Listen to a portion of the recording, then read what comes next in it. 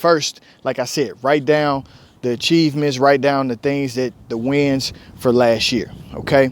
Now, second, I think it's important for us to also do an audit on asking ourselves, what are some things that I can get rid of?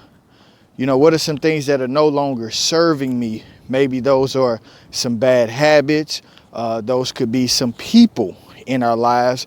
Those could be some bad foods, some places that we're going, some conversations that we're having, a mindset that we have that maybe is limiting us from achieving our goals. Okay, so I think it's important for us to take note of the things that we probably need to cut.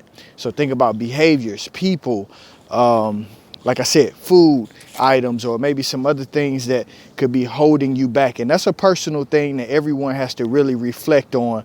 But definitely, if one of those things, this is something that I actually have noticed with a lot of people.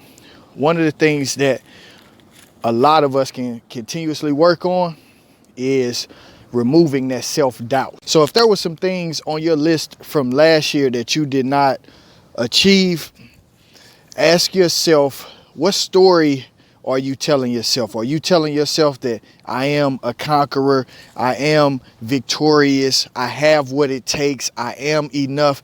These are the messages that you need to be sending to yourself in 2020. We're breaking all limiting beliefs that can hold us back from achieving our goals. So once, like I said, once you taking that time to cut back, cut those things out that may be holding you back, that are no longer serving you.